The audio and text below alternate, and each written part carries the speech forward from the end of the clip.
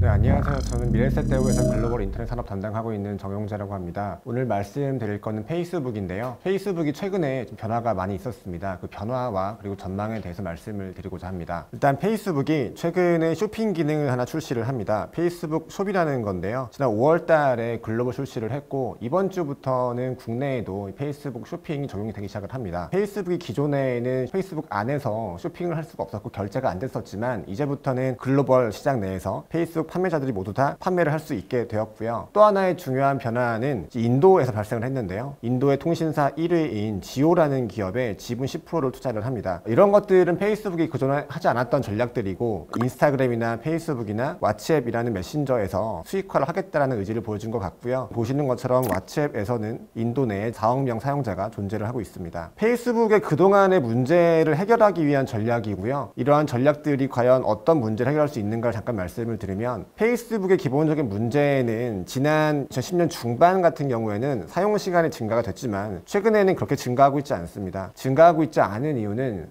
이런 페이스북과 같은 소셜미디어가 소셜의 기능 이외에 기능성이 미미했기 때문이고요. 또 하나는 2018년에 있었던 데이터 유출 사건 이후에 소셜미디어에 대한 충성도가 떨어졌기 때문입니다. 두 번째 문제는 광고 효율인데요. 보통 우리가 광고 효율을 얘기를 할 때 전환율이라는 지표를 많이 합니다. 특정 목적을 달성하기 위해서 예를 들어서 앱 다운로드나 쇼핑이나 이런 목적을 달성하기 위한 전환이 얼마만큼 발생했는가가 중요한데 모바일 같은 경우에는 PC 대비 떨어지는 모습들을 보여줍니다. 페이스북의 기본적인 문제는 지금 말씀드린 것처럼 사용 시간도 그렇게 증가하고 있지 않았다라는 거였고요. 두 번째 문제는 광고가 보여진다 하더라도 오른쪽 그림 보시는 것처럼 광고 효율이 높지가 않았다라는 건데요. 지금 방금 말씀드린 쇼핑 기능과 왓츠앱에서의 수익화는 이러한 문제를 해결해 줄 수가 있다라고 보고 있습니다. 페이스북 같은 경우에는 기본적으로 왼쪽에 보시는 것처럼 최근에 주요 기능 등 확장을 하고 있습니다. 예를 들어서 2016년에 마켓플레이스라는 쇼핑을 하고 있고요. 그 이후에 스토리나 워치, 데이팅, 뉴스 다양한 기능들이 들어가 있습니다. 페이스북이 기존에 우리가 알고 있는 것처럼 소셜 기능만 수행하는 게 아니라 상거래라든가 컨텐츠라든가 동영상 등을 볼 수 있는 가장 중요한 플랫폼이 되고 있고요. 이러한 기능을 기반으로 쇼핑 관련 기능들이 도입이 되고 있습니다. 기존에는 마켓플레이스가 있었고요. 작년 같은 경우에는 인스타에서 쇼핑 체크아웃 기능이 있었고 작년 말에는 페이스북 페이가 있었고요. 드디어 이제 올해 5월에 쇼핑 기능이 나왔고 이제 올해 여름 같은 경우에는 인스타나 페이스북 계정을 통해서 쇼핑 기능이나 리워드 시스템이 들어갈 예정이 있습니다. 그러니까 이러한 기능들은 결국 사용자들이 페이스북을 더 많이 사용하는 소셜 기능 이외에 쇼핑이나 뉴스나 동영상 기능을 활용하는 계기로 나타날 걸로 보고 있고요. 또 하나는 쇼핑 기능의 구축은 아까 말씀드린 낮은 광고 효율을 개선시키는 데 가장 중요하다라고 보고 있습니다. 또 하나는 최근에 코로나19 영향인데요. 물론 쇼핑 기능을 더 많이 쓰기 위한 수단으로 봤을 때 코로나19가 가장 중요한 역할을 하고 있습니다. 왼쪽에 보시면 페이스북의 주요 서비스별 사용 시간 증가율인데요. 메시지 사용량이나 음성, 동영상 전화의 사용량이 코로나 이전과 비교했을 때 최소한 50% 이상 증가하는 모습들을 보여주고요.